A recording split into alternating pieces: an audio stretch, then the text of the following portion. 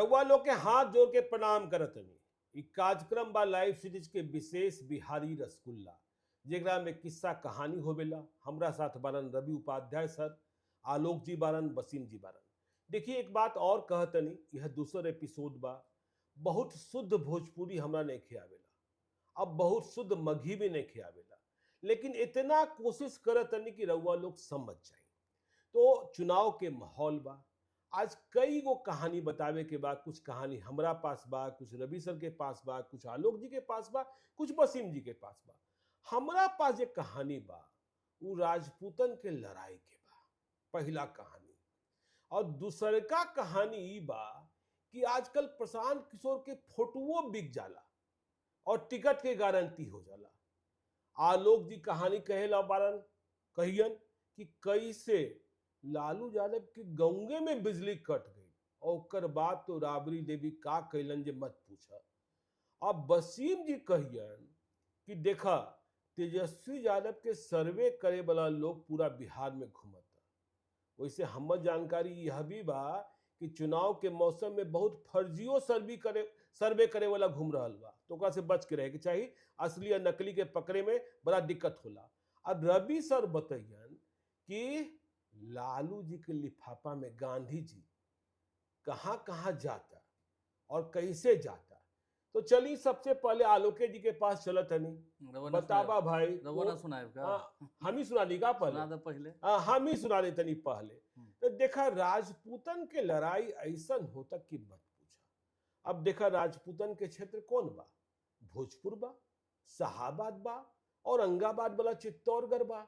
देखबे कैला कि 2024 के लोकसभा चुनाव में कैसे औरंगाबाद के किला ढह गई, वहां सुशील बाबू चुनाव हार गलन और अभय कुशवाहा चुनाव जीत गलन।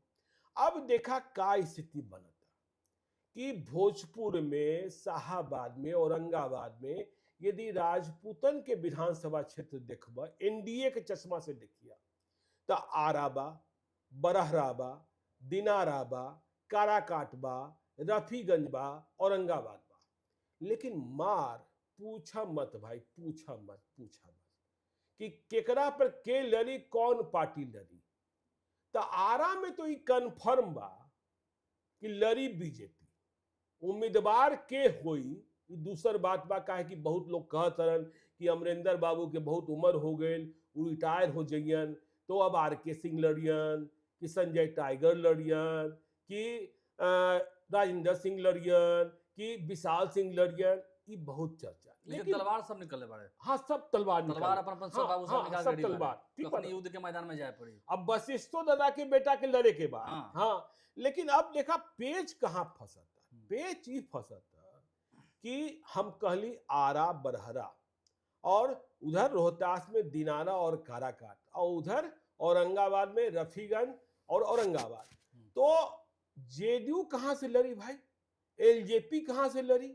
कौन बाबू साहब के सीट पर कौन पार्टी लड़ी?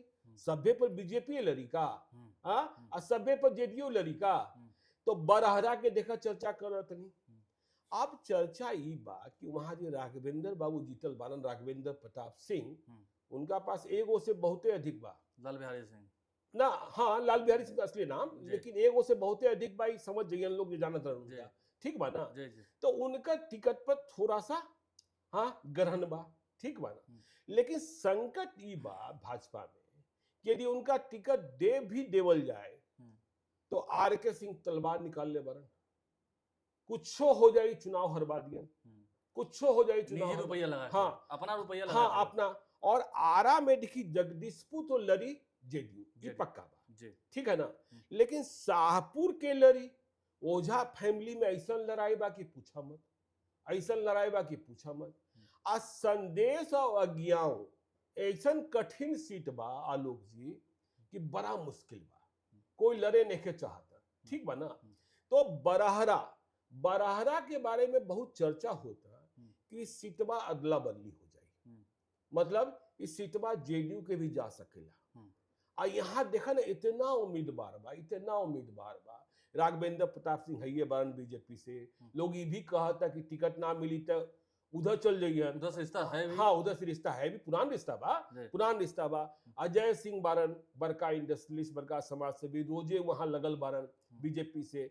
अब देखा जेडीयू में छोटू सिंह लगल बारन, और कितना कितना नेता लगल। रणविजय सिंह अपने रणविजय सिंह लगल बारन। रणविजय सिंह की तो टिकट फाइनले रहल 2020 में काहे अनाउंस हो गल रहे कि जे- कमिटमेंट रहल ना। जब वो आरजेडी से जेडीयू में आई रहलन तो नीतीश कुमार कह देले रहलन। तो अब देखा वशिष्ठ बाबू ही अपन बेटा के लड़ावा चाहत रह, लेकिन दिक्कत ई बा कि बरहरा में बाहरी या भीतरी के लड़ाई बा।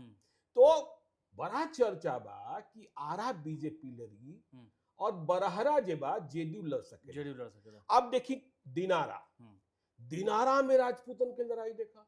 एनडीए में 3 गो बारन, राजेंद्र बाबू बारन, राजेंद्र सिंह। 2015 में तो इतना चर्चा रहल कि वो मुख्यमंत्री बनियन, बीजेपी के सरकार बनी और मुख्यमंत्री बनियन, लेकिन हार गलन। और वहां देखा जय कुमार सिंह बारन जेडीयू के, लेकिन उनकर किस्मत गड़बड़ा गई 2020 में। वो चल गलन नंबर 3 पर, लोजपा के कारण। हाँ लोजपा के कारण। और राजेंद्र सिंह लोजपा से लड़ रहलन, तो वो 2 नंबर पर रहलन और वहां जीत गए आरजेडी मंडल जी। हाँ मंडल जी, विजय कुमार मंडल। तो अब ये कहल जाला कि भाई 3 नंबर पर जेडीयू रहल तो उपेंद्रो कुशवाहा के एडजस्ट करे के बाद। तो राजेंद्र सिंह, जय कुमार सिंह, आलोक सिंह। राजेंद्र सिंह बीजेपी के, जेडीयू के जय कुमार सिंह और आलोक सिंह आरएलएम के। आलोक सिंह के बारे में सब लोग जानता कि भाई उपेंद्र कुशवाहा के सब लोग साथ छोड़ दिलक काराकाट के चुनाव में, सभे राजपूत पवन सिंह के चक्कर में। तो आलोक सिंह झंडा थाम ले रहल। तो खबर ई बा कि दिनारा में उपेंद्र कुशवाहा भी बिट्टो लगे बारन। अब देखा काराकाट भी बाबू साहब की सीट माना जाता, जीतल बा दूसर पार्टी, लेकिन वहां राजेश्वर राज पहले विधायक रहलन। उनकर बारे में खबर बा कि जीयर स्वामी बारन ना, बड़ा बहुत बड़ संत बारन, बहुत बड़ संत बारन स्वामी जी। हाँ स्वामी जी। उनका कार्यक्रम में मोहन भागवत भी आई रहलन। तो कहा जो क्षेत्र में चर्चा बा कि राजेश्वर राज के पैरवी करत रहन मोहन भागवत जी। हाँ आरएसएस चीफ। हाँ तो ये सोचा ना भाई कि अब जब ये हो गए कि आरा और काराकाट बीजेपी लड़ी, तो भाई एगो सीट चाहिए जेडीयू के भी राजपूतन में, एगो सीट चाहिए आरएलएम के भी, तो मामला फसल बा। अब औरंगाबाद में देख ला, रफीगंज के बात कैली और औरंगाबाद के बात कैली। औरंगाबाद में कोई राजपूते लड़ी, ये बात पक्का बा। ये बात तो पक्का बा, ठीक बा कि रामाधार सिंह हार गए रहलन। अब इस बार सुशील बाबू अपने लड़ियन लोकसभा चुनाव हारले वारन कि और कोई दूसर लड़ी, देखे के बात बा। रफीगंज में चिराग पासवान के नजर बा, क्या कि वहां जेडीयू तीसरा नंबर पर चल गए रहल। आज प्रमोद सिंह इंडिपेंडेंट लड़के दूसरा नंबर पर रहलन, वो चिराग पासवान के करीब बारन। तो ये राजपूतन के लड़ाई समझे में नहीं आवत आलोक जी कि होई का के कौन सा सिटवा केकर खाता में जाई और केकर खटवा में ना जाई। केकर तलवार से कौन कर जाई, आपसे में कटाकटी चलल बा। तो चलिए अब दूसर का कहानी रघुए बता दी। हम ही बतानी बात 2012 के। देखा पुराना गपशप निकल बा तो बता नहीं जी का हाल रहे। जैसे नीतीश जी कहले ना हमेशा कि 2005 के पहले क्या हाल रहे। चला हम 2005 के पहले ना जाइला, हम 2012 में आविला। अच्छा विजेंद्र बाबू रहलन ऊर्जा मंत्री। सदिया के कहानी कहत रहा, सदिया के लालू जी की बेटी के शादी रहे। अच्छा शादी हो रहे दिल्ली में, लेकिन गोपालगंज में कुछ शादी समारोह के जो कार्यक्रम। हाँ गांव बा ना, फुलबड़िया गांव बा। भोज खाना खिलावे के पड़ी गांव के, खाना खिलावे गांव के तो बड़ा दूसरी लोग तो रखे। अरे का बात करत रहा, खिलावे के जिम्मेदारी रहेला। तू खैला कच्चा पक्का दोनों खिलाबो करवा। चल तो शादी कार्यक्रम रही, लालू यादव राबड़ी देवी सब चल गए वहां पर। उस समय अब्दुल बारी सिद्दीकी नेता प्रतिपक्ष थे। अच्छा 2010 में रखी राबड़ी देवी सोनपुर से हार गए रही और राघोपुर से भी हार गए रही। विजेंद्र बाबू रहे ऊर्जा मंत्री, नेचर में बारन सख्त बिजली काट देलन। बिजली काट देलन, लालू जी के गौवे थे सदिया के समय में। काहे कि हुआ के अधिकतर घर के मीटर के बिल बाकी रहे, बिल ना जमा करे रहलन सब। वो अलग बात बा कि शादी वही घड़ी पड़ गल। ए भाई काका होता देखो लालू जी होइल बा, काका होइल बा। अभी सुनला ना कि जेपी के गांव के सिताब दियारा के स्मारके की बिजली कट गई रहल 4 लाख रुपया खातिर। तो प्रशांत किशोर पहुंचलन, हल्ला कैलन, तो अगला दिन जाके बिजली मिला। तो ऐसा बात होई बा, वो इतना बड़ा संपादक बानी अब बिजली बिल ना जमा करी ऑफिस के चाहे अपन घरे ना, वो सरकार की जिम्मेवारी रहल ना स्मारक वाला। तो ठीक बात फुलवारी का। हां फुलवारी गांव के सारा बिजली गोल जी ब्लैकआउट। हाँ अभी हाल ही में ऐसा ब्लैकआउट हुआ, पूरा फुलबरिया ब्लैकआउट। सदिया के दिन कर सदिया के दिन। सदिया के दिन राबड़ी देवी फोन कैली, ये तो बदला लेवे के बात ना ना भइल। बदला नहीं खेल, राबड़ी हाँ। देवी फोन कैली विजेंद्र यादव के हाँ। दिमाग में बारन कड़क हम्म, कह दिलन कि सब कह दी, लालू यादव अपने फोन कैलन हम्म, सब कह दी बिजली बिल जमा करे के हम्म, 25% जमा हो जाए, हम्म। आखिरी का खनी दे देव। अच्छा प्रत्यय अमृत रहन उघरी प्रधान सचिव ऊर्जा ऊर्जा, अच्छा उसमें मिनिस्टर थे विजेंद्र बाबू, तो 8 टर्म जीते हैं, जी बिल्कुल बड़ा बड़ा लंबा अनुभव उनका। तो प्रत्यय अमृत कह दिलन कि खबरदार जे बिजली चल गई तो बिना हमरा से पूछले, अच्छा बिना हमरा से पूछले। हाँ राजा साहब भी कहलन प्रत्यय अमृत के, हाँ। फिर राबड़ी देवी जब देखली कि लालू यादव बात नहीं के बनता। विजेंद्र यादव से बात नहीं के बनत, तो हाँ। फोन कर दिली सीधा राजा साहब के। हाँ संबंध बात तो है ही ना, अरे का बात कर बड़ा भाई छोटा भाई हाँ, वाला। हाँ, ओकरा में का बात? राबड़ी देवी कहली फोन पर कि राउर बेटी नहीं बारी ना, हाँ बिल्कुल खाली हमरे बेटी बारी जी ना। हाँ। नीतीश जी के थोड़ा लगल अंदर में कि बात तो सही लगे है। के भी चाहिए हाँ, लगे के हाँ, भी चाहिए शादी ठीक बा, आज समारोह ना बा, जमा हुई कल ठीक जमा है, हो पहले जाए पहले कटल हले, हाँ। फिर काट दी, लेकिन हाँ। अभी सदिया खरीद देवे के चाहे। हाँ बिल्कुल तो नीतीश जी फोन लगेलन हम्म, प्रत्यय साहब के, उस समय सचिव रहलन शायद, हम्म, प्रत्यय साहब ही रहलन। जी तो वो कहलन कि सर हम कैसे दे दें, विजेंद्र बाबू का आदेश है। सोचिए सीएम राजा साहब कह रहे हैं कि दे दो बिजली, हाँ। तो विजेंद्र बाबू का बात है। विजेंद्र जी। बाबू कैसे, आज ही विजेंद्र बाबू कैसे, उनका टाइम नीतीश टेबल है, कुमार बड़ा इज्जत कर बड़ा इज्जत कर रहे हैं ना, हाँ, और बड़ा दोनों इज्जत बहुत गहरा आत्मीय हाँ संबंध। बहुत गहरा संबंध तो बोल के हम नहीं खे देता। हाँ हम- लेकिन हम- याद रखिए यही विजेंद्र बाबू रहलन जे लालू नीतीश जी के इधर से लेके उधरो चल गेलन जी जी जी 2020 में। जी चलो अब वही के बात रहे, तब जी। विजेंद्र बाबू कहलन कि हाँ अब का कहल जाओ, हाँ। नीतीश जी कहलन कि अब का कहल जाओ, हाँ तो विजेंद्र बाबू के फिर पास जा जाओ। विजेंद्र बाबू के एक बार नीतीश जी फोन कहलन हाँ कि हेलो हाँ दे दी बिजली दे दीजिए। हाँ विजेंद्र बाबू कहलन कि आवाज नहीं आ रहा है, आवाज नहीं आ रहा अच्छा रखिए। हाँ और लगले फोन के कोड खींच दिलन अच्छा टेलीफोन के विभाग में, ताकि हाँ। फोन ना आवे। जी विजेंद्र बाबू ने वहां पर फोन का कोड खींच दिया ताकि टेलीफोन ना हो सके, सीएम हाँ। से संपर्क ना हो सके। हाँ सीएम सांझ के 4 बजे अपने गलन ऊर्जा भवन, अच्छा यहाँ इनकम टैक्स उलम्बरा के पास। कहलन विजेंद्र बाबू कि हम हाथ जोड़ते हैं, फोन की थी राबड़ी क्योंकि बेटी का शादी हो रहा है, कार्यक्रम कुछ समारोह अपना घर का है, दे दीजिए बिजली। तब जाके बिजली पे तब जाके प्रत्यय साहब की इशारा होल कि दे दो, अब जाके भी सांझ के 4 बजे सारा बिजली गल फुलवरिया गांव। सुन ली ना कहानी रवि सर का होता है रउआ के पास कौन कहानी बा कहता नहीं कि लालू जी के नाम के लिफाफा बा तेजस्वी लेके घूमत ना ओकरा में खाली गांधी जी रहत रहन हाँ देख सबसे बड़ा बात ई बा ए घड़ी जी कि चुनावी मौसम बा हाँ और अब चुनाव गिना चुना समय लग गई बा। हाँ कुछ ओकरा- महीना बच गई कुछ ओकरा पहले चुनाव आचार संहिता भी लग गई। हाँ तो अब समझे वाला बात बा कि तेजस्वी यादव जितना जगह जा रहल बा, दुर्घटना जहां हो रहल बा, हाँ ओइजा उ गांधी जी बांटता गांधी जी बताता हाँ। पप्पू यादव हो गलन का ना पप्पू यादव से थोड़ा अलग बना। लक्ष्मी अच्छा। नारायण। हाँ हाँ। तो वो गांधी जी बांटता ना, बांटने का मतलब ये बा कि सुख दुख में सब जगह अपन सहभागिता अपना पार्टी की ओर से, और कहता ना कि ये लालू जी का है। लालू जी का हाँ लालू जी माने जो एक पार्टी के राष्ट्रीय अध्यक्ष तो लालू जी बना, जी तो एह लिहाज से वो गांधी जी जो बटता ना और सुख दुख में खड़ा रहता ना, ये सबसे बड़ा बात बा तेजस्वी यादव का। ई एकरा से हमरा ई समझ में आ रहल बा कि एनडीए की ओर से का हो, एनडीए की ओर से आप सरकारी राशि दिया जा रहल बा, जो अनुमंडल पदाधिकारी को देवे के राइट बा वो लिहाज से, लेकिन अपना व्यक्तिगत खाता से व्यक्तिगत जो है सो अब उस पर कई तरह के सवाल हो सकेला कि भाई कहां से देता ना कैसे देता ना, लेकिन ये लेकिन आउट गोइंग शुरू होइल ना आउट गोइंग शुरू हो गई जहाँ शहीद के घर है या जहाँ कोई बच्चे ना हुआ देखिए बलात्कार होइल बा, वहाँ पर सब घटना घटना मदद करे के चाहिए मदद करे के चाहिए, मदद होके के मानवता ही है जी मारे जेबी से लिफाफा निकाल के जाति समाज से अलग हट कर, कोई भी जात का हो कोई भी धर्म का हो, तेजस्वी यादव हाँ जात नहीं के देख हाँ दे रहल बा ना, ये सबसे बड़ा बात बा। और सबसे बड़ी बात यह देखे के आ रहल बा कि तेजस्वी यादव निकल के सब जगह जाता ना, दूर दूर रिमोट एरिया में भी गांव में जाता ना, अगर कोई भी उनका संज्ञान में उनकी पार्टी के संज्ञान में आ रहल बा तो मदद करता ना। और एनडीए की ओर से का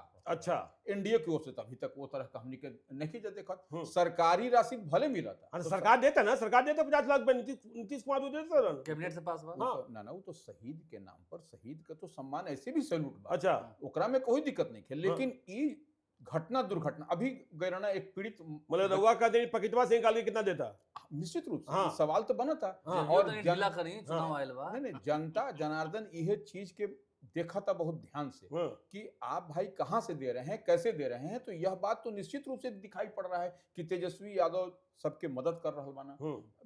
क्राउड फंडिंग करता ना, तो यह क्राउड अच्छा लोग से लेता रहा ना फिर देता रहा। क्राउड फंडिंग नहीं, अच्छा। लोग से नहीं, अपने पार्टी के कार्यकर्ता हाँ से मतलब वही भेल वही भेल। हाँ, तो वो कार्यकर्ता भी मदद करता ना, खुल करके मदद करता ना, यह तरह का। देखिए यही मानवता है, यह आत्मीयता है। मानवता और आत्मीयता का मिसाल तेजस्वी यादव इन दिनों सबको दिखा रहे हैं, और लालू यादव जो राजद अध्यक्ष हैं उनका मैसेज भी कहीं ना कहीं वो डिलीवर करता ना, ये सबसे बड़ी बात। चलिए देखिए, तो लालू यादव के लिफाफा पहुंचा था का कहते रहो वसीम भाई कि हो सर्वे के टीम घूमता, अब बड़ा टाइट बा, लोग पूछा था कि केकरा वोट देबा, आ तेजस्वी यादव भेजले बारे वैसे हमारा खबर बा कि बहुत नकलियों वाला घूमता, और नेताजी से लोग ऐठा था कहीं नकली वाला तो लेके घूमता। यही खातिर खलबली मचल है अच्छा आरजेडी में। हाँ कहल जाला नया दौर है, नई उमंगे, अब है नई कहानी।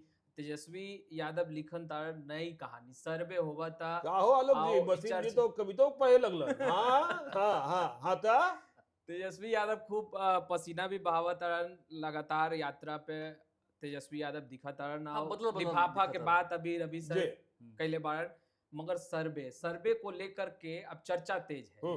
देखिए रात के वक्त फोन बजता है, ये बार का भइल, परसों के बाद था, सुतल रहनी, फोन बजल, फोन उठैनी तो कहलस कि आरजेडी के कार्यकर्ता बोल रहे हैं सर सर्वे हो रहा है क्या। हम सोचनी कि सर्वे किस बात का सर्वे, तो कहने की बतावा तारा सर्वे वाला कि तेजस्वी यादव ने भेजा है। हाँ एक चीज बड़ा खास रहे, जे सर्वे करे जाता वो कहा था कि तेजस्वी ने भेजा है, अब पूरा मुर्गा तोड़ा था, पूरा मुर्गा। हाँ हम तो पूरा कहली ना। मुर्गा टूटल। हाँ हाँ पूरा हाँ, तो ये बड़ा झोल बा, खाए बहुत पिए झोल व्यवस्था बा, खाए झोल पिए चला व्यवस्था था, कर बहुत जाओ। झोल बा। हाँ खाए झोला पिए उठा व्यवस्था के कर हम जाओ। चले, हाँ। सर्वे वाला बन काहे गए। कि कभी सर्वे वाला लेके कहेला कि हम सर्वे वाला हाँ। बानी, वो तो चुपके चुपके करेला। तब? हाँ जब मगर- कहीं भी तो वो का बताई, जो आरजेडी हाँ। कार्यकर्ता कही कि तेजस्वी में ही कमजोरी बा। हाँ। हाँ तो मुर्गा हाँ टूटा था। हाँ। अब देखी जरा इच्छा हा कि चुनाव लड़ी दूसर का तो मिली ना, बिहार में बंद बा। अब वो नहीं जाना था किकर आदमी हा, हाँ। तेजस्वी के आदमी हा कि कोनो दूसरा आदमी हा, वही खातिर फोन कर ले रहे। जी आरजेडी बीट हम देखा था हमरा के नहीं के पता। हम्म। अगला दिन सर्च करनी तो कहीं पता चलल कि होता, कहीं पता चलल कि नहीं अभी नहीं हो रहा है। मगर 2-3 जगह से जब फोन बजल ओकर बाद फिर अध्ययन कैनी तो यही बात सामने निकल कर आयल, जे राहुल कहता नहीं कि झोल झाल चल रहा है, अभी कंफर्म नहीं है कि घूम रहा है। देखा भाई, हम आरजेडी जाना का कि तनी नहीं। वसीम भाई की सर्वे वाला जो रहा था ना, वो गोपीचंद जासूस रहेला। बिल्कुल। हाँ वो गोपीचंद ना बनी ना तो असली सर्वे करी कैसे। जब हाँ? मुर्गा के टांग हाँ, पड़ जाता हाँ, वो नकली बा। हाँ वो बराबर, नकली, वो नकली नकली बा। बा। जे कही ना कि हमरा भेजले बारन, हाँ तो जो भेजले ही बारन तो कोई खिलाफ थोड़े कुछ बोली। मगर ये कंफर्म है हाँ। कि तेजस्वी सर्वे कर ना ना ना, दोनों गठबंधन सर्वे करावता, लेकिन हाँ। सर्वे करावे वाला जो एजेंसी रहेला वो बड़ा प्रोफेशनल रहेला। बिल्कुल। हाँ पता ना चले हाँ, मुर्गा ना हाँ, तोड़ेला। जब एग्जिट पोल आवेला, ओपिनियन पोल आवेला तो रउआ के पता चलेला कि केकरा से पूछले रहल, हाँ। लेकिन केकरो से पूछले रहल ना। हाँ। हाँ हाँ अब तो देखिए जेकरा चुनाव लड़े के हा हाँ वो तो मुर्गा खिलेबे करी। जी मालोदी अब जाए घड़ी मालोदी जाए घड़ी गांधी अच्छा, जी वो भी भी- दी। अच्छा, गांधी गांधी जी जी। भी दी हाँ। कि भाईवा रिपोर्ट हम तनी अच्छा भेजिया हाँ। ताकि टिकट तेजस्वी जी दे दे, लालू प्रसाद यादव दे दे, टिकट वाला फोटो खिंचा के तनी अखबार में डालब, तो कई तरह की चीजें विज्ञापन। चलिए मगर- तो देखा, सर्वे वाला के पहचाने के काम ठीक से करिया, कहीं मुर्गा मत बन जाइया कि तोरा से मुर्गो खाई और तोहरा कुछ मिलबो ना करी। चला अब अंतिम कहानी हम कह देतनी। आजकल बिहार में प्रशांत किशोर के फोटो खूब बिकेला, जाना तरह कैसे बिकेला जाना कैसे तरह? हाँ? कैसे फोटो पर कैसे बीच अरे फोटो धत तो गूगल भूल से गेला डाउनलोड कर ली। का, भूल गेला का, पिछला दिन ओम प्रकाश यादव मिले गेल रहन। हाँ। हाँ चर्चा हो गई कि अगला दिन हम्म, ज्वाइनिंग करत रहन। जी, हाँ हम्म, तो ओम प्रकाश यादव भी श्री कृष्ण के वंशज, फोटो खिंचा लेलन, ओकर बाद खेल कर देलन। हाँ? तो ओम प्रकाश यादव के बारे में पहले चर्चा रहल, पहले भी लड़ले भी रहलन कि सिवान से विधानसभा एक बार याद बा ना बैकुंठपुर वाला जब पूर्व विधायक रहलन हाँ गलन तेजस्वी से मिले। हाँ तो का भइल कि फोटोआ खिंचा गई। हम्म, हैं? अगला दिन होइल कि भाई प्रशांत किशोर चाय पिए जइयन या प्रेस कॉन्फ्रेंस हुई, लेकिन ओम प्रकाश यादव के शहाबुद्दीन के का रिश्ता रहल ई भी पता बा। हाँ? कैसे एगो थप्पड़ से ओम प्रकाश यादव नेता बन गेलन, सांसद हो गए ना। हाँ सांसद हो गेलन। निर्दलीय हो गए। हाँ तो फिर हारबो कैलन कैसे। ठीक बा कि शहाबुद्दीन के परिवार से कोई नहीं जीता था, लेकिन विधानसभा के चुनाव में शहाबुद्दीन के परिवार के असर आजो रहेला। हाँ टिकटों मिली जो चर्चा बा। हाँ चर्चा हाँ तो वही ना कहली कि फोटुआ दिखा के ये सिवान में खबर बा कि ओसामा से बात हो गई और कहल गए अरे बब्बा ये हमरा नेखे मालूम रहल कि प्रशांत किशोर जे बारन ना तोरा से बदला लेबत चाह रहल कि हमरा कहत रहलन कि यहाँ से चुनाव लड़ जा ताकि ओसामा चुनाव हार जाए तो मानव एक बार मालूम भैली कि अब ओम प्रकाश यादव के बेटा के टिकट भी जे बा ओसामा के मदद से आरजेडीए में फाइनल होबत है आरजेडीए में फाइनल होबत शुरू हो गई बातचीत। हाँ शुरू हो गई बातचीत और तब हो गई सिवान खाली। अब सिवान में ई चर्चा बा कि जे मंगल पांडे बारन बिहार के स्वास्थ्य मंत्री बारन उनको पार्टी आदेश कर सकेला कि चुनाव लड़ा भाई चुनाव लड़ा क्योंकि बड़का नेता के कहल जाला कि चुनाव लड़े के तैयारी करा देखा तरह ना सुशील कुमार सिंह के कहल जाता आर के सिंह भी सोचा तरन शाहनवाजो हुसैन कहीं ना कहीं लड़बे कर हाँ कहीं ना कहीं लड़बे करिए अश्विनी चौबे कोशिश करा तरन अब मिली बीच में ऐसा बोल देता कि का हुई का ना हुई भगवाने मालिक हुआ। तो आज के कहानी आज तो बिहारी रसगुल्ला के का खत्म कर जाइए अब खत्म कर जाओ फिर दिन आप कहानी लेके सोमवार के ना दो दिन आराम कर लिया कहानी निकाले पड़ी ना। तो आज के इतना ही रखी दे दी इंतजार हम लोग के मतलब अब छुट्टी करी अब हुआ लोग और जैसा लगल हम पहले कले रही कि ना ठीक से भोजपुरी आवता ना ठीक से मगही आवता कोशिश करता नहीं अरे रोज हम सुना था नहीं वीडियो आजकल भोजपुरी मगही में कि लोग बोला था कैसे तो कमेंट बॉक्स में बताई कुछ बात अच्छो लगल हुई कुछ बात खराबो लगल वो कोई कहानी शेयर करी वो भी सुना दे देखते रही लाइव सीरीज के। और यदि अब तक सब्सक्राइब ना के रही तो कर दी और चुनाव होता ना हर खबर दे सबसे पहले हर खबर दे फेसबुक पर फॉलो कर लिया और हैंडल एक्स पर तो जरूर दे। तो आज के लिए इतना ही हमें दीजिए बहुत बहुत धन्यवाद।